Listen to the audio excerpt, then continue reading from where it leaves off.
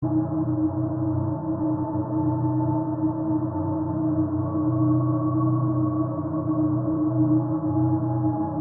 fato foi relatado a mim várias vezes por uma antiga amiga da família.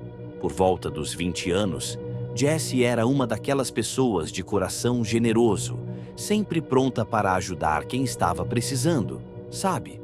Em uma noite, enquanto dirigia para a cidade, que ficava a cerca de 2 horas de distância, ela avistou um homem à beira da estrada.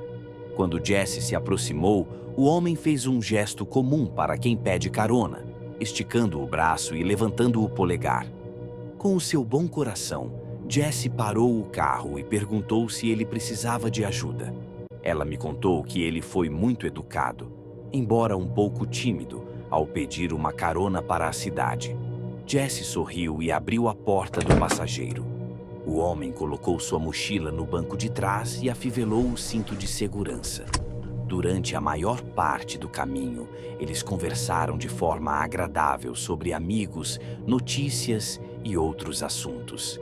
Ela sentiu que estavam se dando bem e até pagou um jantar para ele em uma parada no meio do trajeto até a cidade. Ela deixou claro que ele ficou visivelmente confuso e um tanto desconfortável quando ela pagou a conta.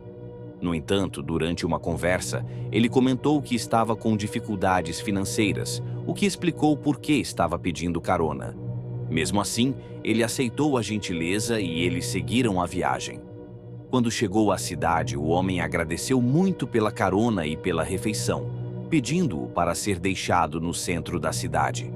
Antes de sair do carro, ele ainda pediu o número de telefone de Jessie, dizendo que gostaria de manter contato no futuro. Jessie passou o número para ele e partiu, com aquela sensação de satisfação por ter feito algo bom. Tudo parecia ter terminado bem. No entanto, uma semana depois, ela recebeu um telefonema do mesmo homem que havia dado carona. Ele não a deixou dizer nada além de alô e foi direto ao ponto, dizendo que ela deveria agradecer a Deus por ter sido criada tão bem.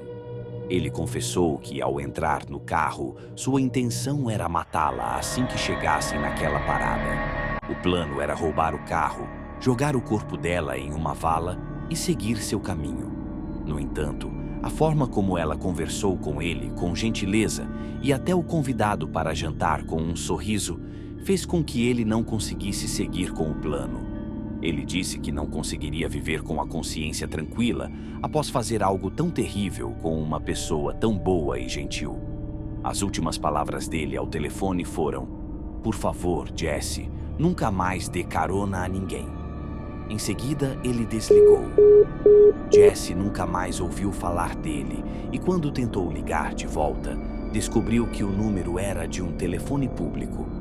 Com essa história, aprendi uma lição valiosa. Vou seguir o conselho daquele homem e nunca mais dar carona a ninguém. Era um sábado à noite, provavelmente por volta de 1 da manhã, e eu estava dirigindo pela estrada 714 em County Road, uma rota que costumava pegar para ir até a cidade. O caminho era um longo trecho cercado por bosques de ambos os lados, com algumas casas espalhadas aqui e ali. Estava voltando para casa e, como de costume nesse horário, a estrada estava completamente deserta. Liguei os faróis altos do meu Jeep para ter uma visão melhor da rodovia. Os faróis me permitiram ver alguém parado no acostamento, mais ao fim da estrada. Quando me aproximei, o vi levantar o braço e o polegar. Ele estava tentando pegar carona. Meu coração começou a bater mais rápido e fiquei sem saber se deveria parar ou não. Reduzi a velocidade para poder observá-lo melhor. Ele parecia ser um homem jovem, talvez com uns 25 anos. Vestia um moletom cinza com o capuz sobre a cabeça e jeans azul. Sem pensar muito, acabei tomando uma decisão. No impulso do momento, parei o carro, abaixei a janela e perguntei: "Para onde você vai, amigo?" Ele respondeu em um tom baixo e tranquilo: "Logo ali na estrada." "Entre aí", convidei pela janela. Ele abriu a porta do meu Jeep e entrou devagar. Os Jeep Wranglers têm portas com vedações bem apertadas, então, quando ele tentou fechar a porta pela primeira vez, ela não se fechou corretamente. Eu disse educadamente: "A porta não fechou. Apenas abra e bata com força. Essas portas são difíceis de fechar." A linguagem corporal dele estava me deixando desconfortável. Cerca de 3 segundos após eu terminar de falar, ele me olhou, virou a cabeça lentamente para a direita e esperou mais alguns segundos antes de finalmente abrir e fechar a porta com força. O jeito estranho e lento com que ele se moveu me fez imediatamente me arrepender de ter permitido que ele entrasse. Pisei fundo no acelerador e começamos a seguir pela estrada. O limite de velocidade era 55, mas eu estava em 75, tentando levá-lo ao destino o mais rápido possível. "Para onde você disse que estava indo mesmo?" perguntei. Houve uma pausa estranha antes de ele responder. Apenas alguns quilômetros adiante. O silêncio no carro era sufocante e eu senti vontade de ligar o rádio para acabar com aquele clima tenso e assustador. Mas algo dentro de mim me dizia para não fazer isso. De repente, percebi pelo canto do olho que ele havia virado a cabeça e estava olhando diretamente para mim. Nesse momento, eu sabia que eu queria tirar aquele homem do meu carro o quanto antes. Por cerca de 1 quilômetro adiante, senti o olhar dele me perfurando como um tijolo, e o tempo todo fiz o possível para evitar olhar de volta. De repente, ele virou a cabeça para o outro lado e disse: "Sabe, venho me perguntando há muito tempo se vale a pena acabar com tudo." Olhei para ele, confusa, e então ele enfiou a mão no bolso, dizendo: "Tenho carregado essa faca nas últimas semanas, esperando o momento certo." Ele tirou uma grande faca vermelha do bolso e naquele instante senti como se meu estômago tivesse caído para fora do meu corpo. Eu disse a ele para guardar a faca imediatamente, mas ele respondeu com uma voz calma e sem emoção: "Pare ali, perto daquela placa." Obedeci, encostando o carro ao lado de uma placa de limite de velocidade. O que aconteceu a seguir ainda me atormenta. Ele começou a cortar seu antebraço bem ao lado de 3 outras cicatrizes, que obviamente foram dos cortes anteriores, provavelmente auto-infligidos. Soltei um som de horror, tentando sufocar as palavras.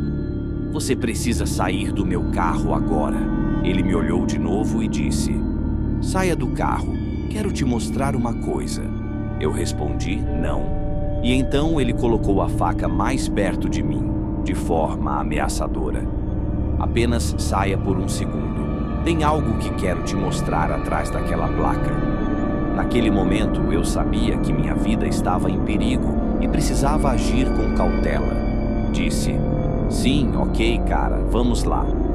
Abri a porta do meu Jeep, fazendo questão de deixá-la aberta. Levantei as mãos no ar e me afastei lentamente. Ele também saiu do carro e começou a caminhar na minha direção. No instante em que ele estava logo atrás de mim, eu pulei de volta para o Jeep, engatei a marcha e acelerei pela estrada sem olhar para trás. Cheguei em casa em 10 minutos, ainda ofegante e com vontade de vomitar. Foi a experiência mais assustadora da minha vida e deixo um aviso a todos. Se algum dia você ver uma pessoa em uma estrada deserta, especialmente à noite, a única coisa a se fazer é passar direto o mais rápido possível. 3 meses depois de completar 16 anos, em 2006, ganhei meu primeiro carro, um Toyota Camry. Em uma noite quente de sábado, meu amigo Tyler me chamou para uma grande festa, organizada por um de seus amigos. Sabendo que provavelmente não estaria em condições de dirigir de volta para casa depois, decidimos pegar uma carona com a namorada de Tyler, Emma. Morávamos no interior do Texas, onde grandes festas eram raras, então, quando acontecia uma, era um evento importante e todo mundo ia. A casa do garoto, que ficava a cerca de 15 a 20 minutos da nossa, e eu sabia onde ele morava, embora não fôssemos exatamente amigos. Durante todo o trajeto, seguimos a mesma estrada que atravessava uma floresta. A casa desse garoto ficava mais adiante na mesma estrada. Em alguns trechos, havia algumas casas do lado, mas logo a rodovia voltava a ser um caminho longo e vazio. A casa dele era pequena, como muitas na região, mas a festa estava acontecendo do lado de fora. Já que não tinha vizinhos próximos, o barulho não era um problema. Vou pular a maior parte da festa e ir direto para o momento em que Emma precisou sair de repente por causa de uma emergência familiar. Tyler disse que não havia problema, pois encontraríamos outra carona para casa. Algumas horas e mais algumas bebidas depois, eu mal conseguia andar em linha reta. Quando olhei o relógio, vi que já eram 2 da manhã e decidi que era hora de ir para casa. Comecei a procurar Tyler, mas não conseguia encontrá-lo em lugar nenhum. Na verdade, parecia que todas as pessoas que eu conhecia já tinham ido embora. Minha cabeça estava confusa, mas ainda assim fiquei bravo ao pensar que Tyler poderia ter ido embora sem mim. Pedi para usar o telefone do anfitrião da festa e tentei ligar para a casa de Tyler. Após 2 tentativas sem sucesso, desisti, percebendo que não deveria acordar a família dele. Sem saber mais o que fazer e ainda tonto, saí para a estrada e comecei a caminhar em direção à minha casa. Sabia que a caminhada poderia durar entre 30 minutos e 1 hora, especialmente no estado em que eu me encontrava. Após cerca de 10 minutos andando, os faróis dos carros que passavam foram sumindo ao longo da estrada. Quando vi outro carro se aproximando, fiquei animado e levantei o braço na intenção de conseguir uma carona até em casa. O carro diminuiu a velocidade e parou ao meu lado. O motorista, em um Ford Explorer antigo, abaixou a janela e perguntou: "Para onde você está indo?" Eu respondi para minha casa, que ficava logo à frente, depois da curva à direita. Provavelmente arrastando as palavras, ele riu e me disse para entrar. Agradeci e entrei feliz na caminhonete. Já que estava exausto, eu acabei ignorando tudo ao meu redor. As memórias de estar naquele carro se tornaram uma neblina na minha cabeça, pois tenho certeza de que desmaiei sentado no banco. A próxima coisa que lembro é de ter acordado ainda dentro da caminhonete.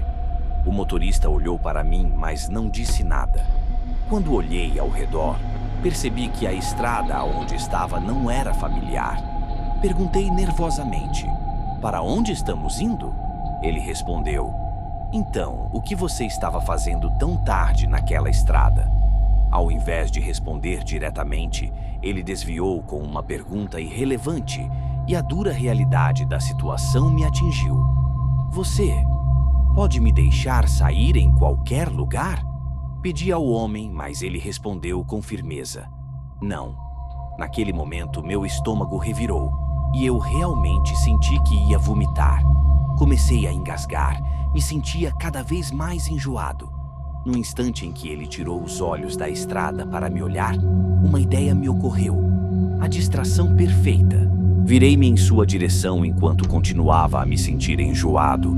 O homem começou a se afastar e a desacelerar o carro. Felizmente, eu tinha bebido bastante e acabei vomitando, e fiz questão de vomitar tudo no colo dele. Ele parou o carro. Nesse momento, abri a porta e comecei a correr para a floresta, tentando salvar minha vida, e me escondi atrás de alguns arbustos. O homem saiu do carro com uma lanterna e entrou na floresta. Ele colocou a luz diretamente para o arbusto onde eu estava, mas por sorte não me viu. Ouvindo seus passos se afastando cada vez mais, aproveitei a chance e corri de volta para a caminhonete. Infelizmente, ele foi esperto o suficiente para trancá-la. Por algum milagre, no entanto, eu consegui escapar sem ser visto. Avistei outro carro se aproximando à distância e corri para o meio da estrada, agitando os braços desesperadamente. O motorista tentou desviar, mas eu não saí do caminho, forçando-o a parar. Gritei pedindo ajuda antes que ele pudesse dar meia volta. Eu expliquei que tinha